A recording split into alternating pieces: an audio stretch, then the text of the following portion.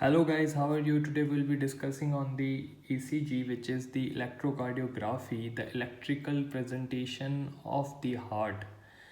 In a graph is known as ECG. ये सारा जो आप ग्राफ देख रहे हैं, this is the electrical activity occurring in the heart. किसी भी पर्सन की इलेक्ट्रिकल एक्टिविटी हमें देखनी हो कि उसकी इलेक्ट्रिकल एक्टिविटी हार्ट में कैसी है, तो विल सी इट्स ECG, उसकी हम इलेक्ट्रोकार्डियोग्राफी करवाएंगे. कमिंग अप टू के वॉट कि ये किस तरीके से होती है, तो this is the heart and we have this SA node and the AV node and then there is bundle of his and then there are the right bundle branch and the left bundle branch. तो यहाँ से SA node जब fire करता है तो वो AV node की तरफ हम अपना इलेक्ट्रिकल जो पोटेंशियल होती है, जो एक्शन पोटेंशियल होती है, जिसमें हमारे पास सोडियम चैनल खुलते हैं, सोडियम आयन अंदर आते हैं, पोटाशियम बाहर जाते हैं. तो दिस इज़ दी जब हमारे पास एक्शन पोटेंशियल होती है तो हमारे पास क्या होता है कि ये जो पूरा एट्रिया है ये कॉन्ट्रैक्ट होता है. The atria contracts when the SA node fires. जब एक्शन पोटेंशियल SA node में होती है तो हमारे पास क्या होता है, एट्रिया कॉन्ट्रैक्ट करते हैं, और जब एट्रिया हमारे पास कॉन्ट्रैक्ट करते हैं तो हमारे पास P वेव बनती है.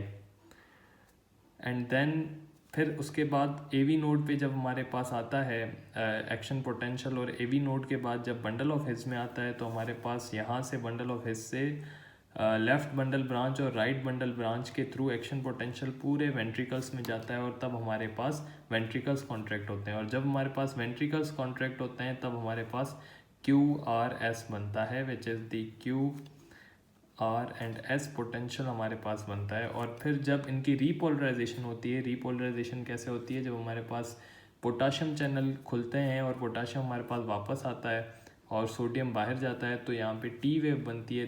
This is the graphical presentation of the heart, जिसमें हमारे पास P वेव क्या शो करती है, this shows the atrial depolarisation. QRS क्या शो करती है, QRS शो करती है वेंट्रिकुलर डीपोलराइजेशन, और T वेव शो करती है हमारे पास repolarisation. Now let's look into this ECG. इस ECG में हम देखते हैं कि ये जो हमारे पास है, this is the P wave, this is the QRS and this is the T wave. मतलब इस हार्ट के अंदर हमारे पास नॉर्मली क्या हो रहा है कि एट्रिया डीपोलराइज कर रहा है, और हमारे पास QRS है तो वेंट्रिकुलर डीपोलराइजेशन हो रही है, और फिर हमारे पास T वेव है जो हमारे पास रीपोलराइजेशन शो कर रही है. तो दिस होल प्रेजेंटेशन एक ECG के अंदर हमारे पास क्या शो करती है, electrical activity of heart show करती हैं. अब हमारे पास जो है वो 6 चेस्ट लीड्स होती हैं. अब जो हमारे पास, आपने कभी ECG मशीन देखी हो तो ECG मशीन में 6 लीड्स हैं जो सिर्फ चेस्ट पे लगती हैं, तो उन 6 को हम नाम दे देते हैं V1 to V6. तो ये हमारे पास जो 6 लीड्स शो करती हैं 1 2 3 4 5 6, ये हमारे पास चेस्ट लीड्स होती हैं. और फिर हमारे पास लिम्ब लीड्स होती हैं जिनको हम लीड 1 2 और 3 शो कर देते हैं. ये हमारे पास लीड 1 2 और 3. And then we have AVR, AVL और AVF. ये क्या करते हैं, ये एंगल मेंटेन करते हैं. दिस इज़ जस्ट द एम्पुलेटरी जो है वो हमारे पास ये लिम्स हैं. तो इन सबको बताने का मकसद ये है कि इस तरीके के हमारे पास बहुत ज़्यादा लीड्स होती हैं, और हर लीड अपने एंगल को मतलब रख कर वो ECG बनाती हैं. तो these leads are just important कि इन लीड्स में हमें क्या देखना है, ECG में हमें क्या देखना है. Will discuss it further. तो the first thing we should know in an ECG is the heart rate. सबसे पहले किसी भी ECG में हमें क्या आना चाहिए, हमें आना चाहिए हार्ट रेट मालूम करना. और उसका फार्मूला क्या है, उसका फार्मूला है 300 divided by number of big boxes. जो हमारे पास बिग बॉक्सेस हैं बिटवीन दी RR इंटरवल, ये हमारे पास एक QRS कॉम्प्लेक्स है और ये हमारे पास दूसरा QRS कॉम्प्लेक्स है. तो इन दोनों के दरमियान, जो RR इंटरवल के दरमियान जितने भी नंबर ऑफ बिग बॉक्सेस आ रहे हैं, उनको जब हम डिवाइड करेंगे 300 से तो वो हमारा हार्ट रेट होगा. फॉर एग्ज़ाम्पल यहाँ पे हमारे पास अगर RR इंटरवल इतना होता तो 2 बॉक्सेस के दरमियान तो 150 हो जाता, और अगर 3 बॉक्सेस जितना होता तो 100 हो जाता, और 4 बॉक्सेस जितना है तो 75 हो जाएगा. Now let's see into the formula कि अगर हम 300 को डिवाइड करें बिटवीन द 4 तो हमारे पास क्या हो जाती है, हमारे पास वैल्यू आ जाती है 75. तो which is the heart rate. तो एक ईसीजी के अंदर हम क्या बता सकते हैं, एक ईसीजी के अंदर हम बता सकते हैं कि what is the heart rate of the person, whether the person is tachycardia, bradycardia, उसका हार्ट रेट बढ़ा हुआ है कम है, वो हम एक ईसीजी से बता सकते हैं।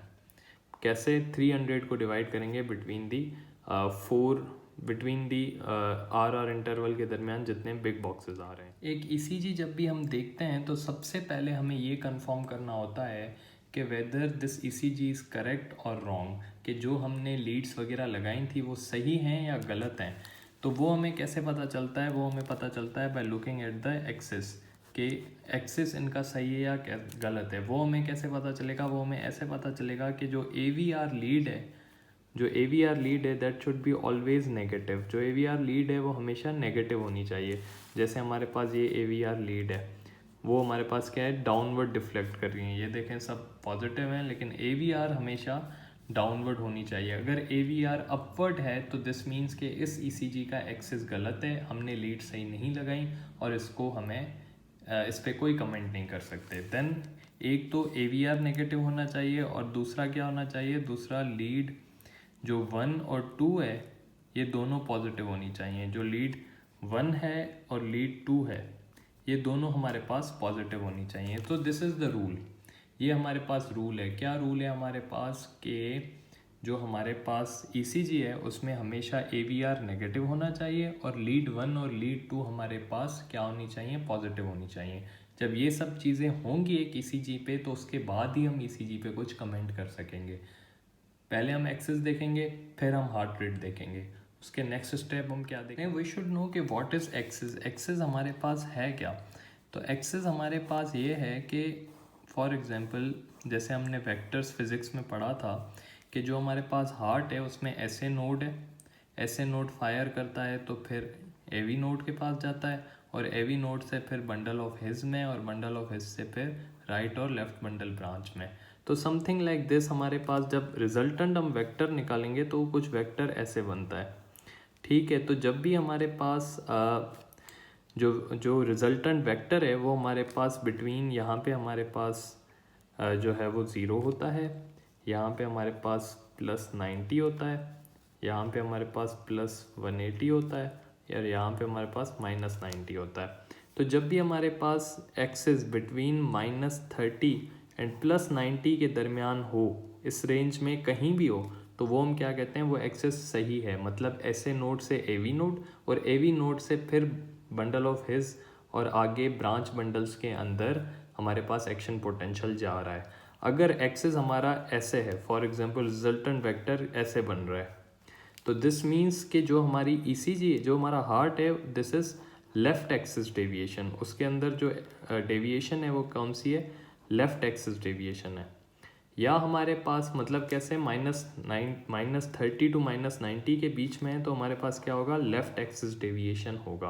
और अगर हमारे पास +80 टू +180 +90 टू +180 के दरमियान रिजल्टेंट वेक्टर है तो दिस मीन्स कि हमारा जो ECG है, जो हमारा हार्ट है, that is right axis deviation. ठीक है, मतलब उसके अंदर डेविएशन है, नॉर्मल एक्सिस नहीं है, या तो लेफ्ट एक्सिस होगा या तो राइट एक्सिस डेविएशन होगा। ये किन कंडीशंस में होता है ये हम आगे डिस्कस करेंगे, but just now we have to focus के एक्सिस डेविएशन है क्या। जब हमारे पास SN नोड से AV नोड से और नॉर्मल हार्ट काम कर रहा होता है तो -30 टू +90 एक्सिस होना चाहिए, -30 टू +-90 हमारे पास लेफ्ट एक्सिस डेविएशन होना चाहिए।